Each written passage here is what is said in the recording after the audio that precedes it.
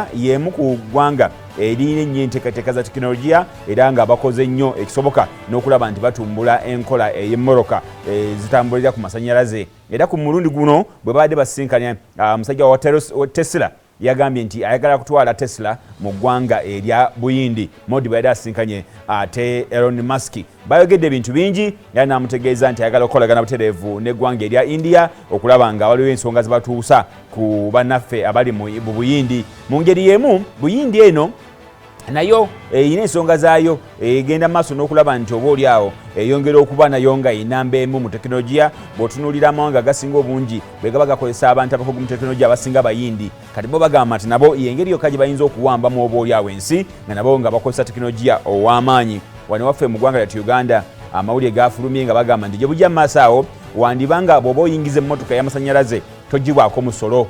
Omanyi kati kizibu nnyo nti emmotoka ogigula eri wabweru ne bw'ogigula omutwalo gumu ebweru wa Uganda, bw'otuuka wano ate osasula emitwalo almost 2 egy'omusolo. Kati bagamba nti bagenda kubaawo enteekateeka mu ggwanga lyattu Uganda nga bw'oba oyingiza emmotoka nga y'amasannyalaze ng'egenda kubeera ng'emmotoka eyo tebagikugyako musolo oba oli awo muyitiridde nga bwe kiri ku zino emmotoka endala mu nteekateeka y'okulaba nti abantu bakozesa nnyo tekinologiya oyo omupya oba emmotoka ez'amasannyalaze ezitakozesa mafuta. Kakati ono omusajja yagamba kajje mu Buyindi wano oba oli awo kirambeera kyangu nnyo ate n'okuwamba akatale aka Africa olw'okuba nti era Buyindi ekolagana bulungi ne Africa era amawanga gaffe nekosa n'eggwanga lyattu Uganda nti enkola eno enkolagana yaffe nnungi. Nabo yagamba nti target ayagala kulaba nti bw'asembera mu Buyindi atajja kuba asembedde oba oli awo ne mu Africa era atandike n'okutunda emmotoka ze mu Africa.